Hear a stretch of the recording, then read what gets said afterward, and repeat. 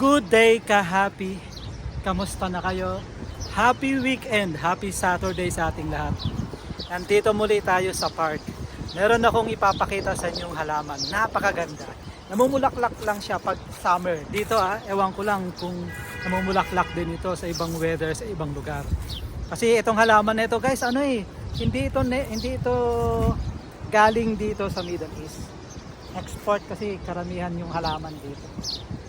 So bago ang lahat, please guys, pa-subscribe naman po at huwag kalimutang pindutin yung notification bell dyan sa baba para lagi kayong updated sa ating upcoming videos. So eto guys yung papakita ko sa inyo Eto siya guys, i-zoom natin. Ayan.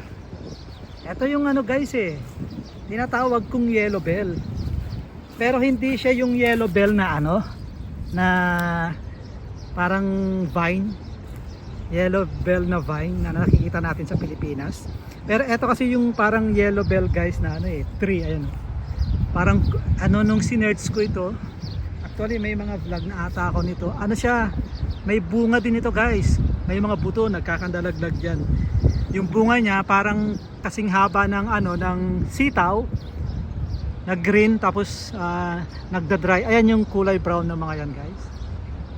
Sorry, di nakikita. Yung mga kulay brown na yan, bunga niya yan So ganito siya guys. So ayan Ito yung bulaklak niya. Ayan. Ang ganda, di ba? Gandang-ganda talaga ako guys sa yellow na bulaklak. One of my favorite na kulay ng bulaklak ay yellow tapos orange. Ayan. Tapos mga red, ganyan na. Pero talagang pinaka gusto ko ay yellow saka orange. Ayan guys, ang ganda di ba?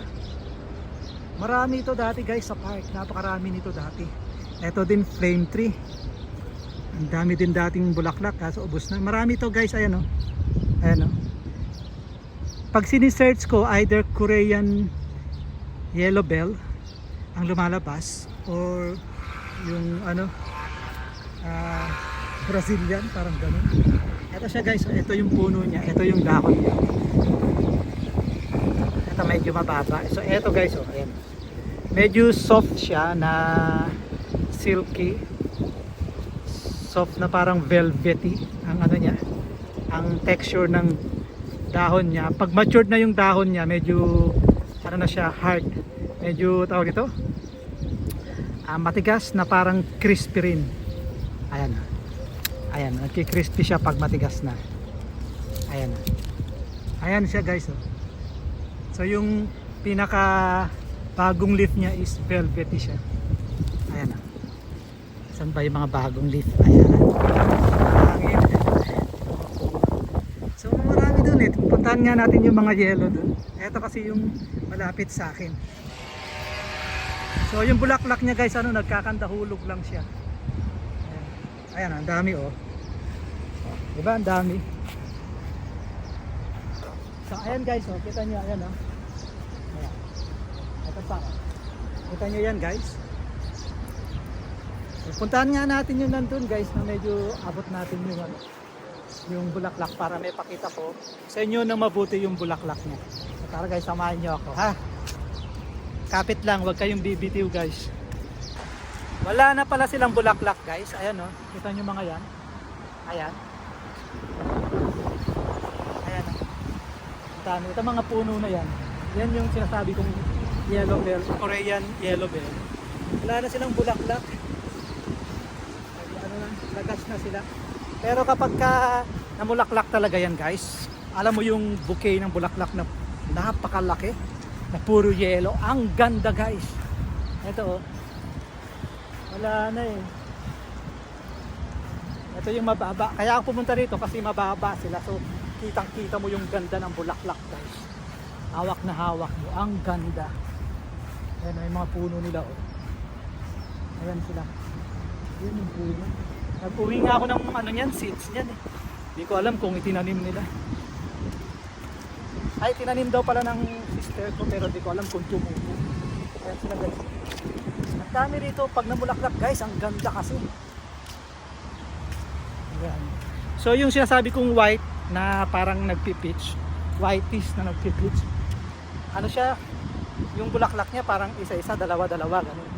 Hindi tulad nito guys na talagang bouquet siya, talagang ang dami na na sasabit siya ng ganyan, no? Maghahang. Tapos punong-puno guys, ang ganda. Ayan, oh. Ano bang ID nito sa atin guys? Hindi nakakakilala sa ID nito. Sinisearch ko kasi guys, Korean yellow bell. Ay, Korean golden bell or yellow bell. Yung tipong lumalabas. Ganito nga siya guys, ang ganda. Same lang sa bulaklak. Sayang, marami ata akong reels nito eh, sa bulaklak niya. Saka meron na ata akong vlog nito. Search nyo guys, search ko, ilagay ko yung ano. Ayan sila, oh. Ayan. Kaya ako pumunta rito kasi mababa rito dati. Ayun guys, so meron na bulaklak siya. Para guys, pakita ko lang sa inyo. Gusto ko lang maipakita kung gaano ano, maganda yung bulaklak niya pagka ano siya na hitik. Para dun. So ayan guys, so isang puno niya, ang ganda. Pero konti na rin yung bulaklak, tapos ang daming ibon. At ang daming ibon dito. Ayan, ang daming ibon. Marami sigurong ano to. Ang daming ibon. Ayan, nasan ba yung ano niya? Bulaklak. Ayan ang bulaklak niya guys, so kita nyo ba? Hangin. Hindi nyo kita kasi medyo mataas. Ayan guys. Ayan, bulaklak niya. Medyo mataas kasi kaya di ko abot yung ano. Di ko maisip. Ang ganda guys ng bulaklak nito. Ganda talaga. Dami namang ibon. So ayan yung puno niya, oh. So itong mga flowering trees nito guys, hindi ito ano, native dito sa Middle East. Ano yan, export nila sa ibang bansa. Daming pato. Tapos ang daming ibon dito. So okay guys, maraming salamat sa pagsama nyo sa akin sa araw na ito.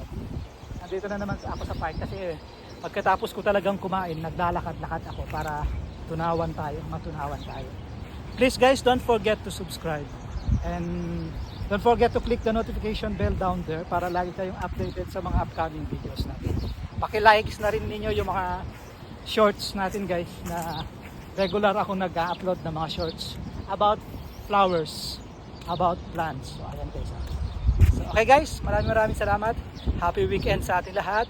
Have a good day and God bless.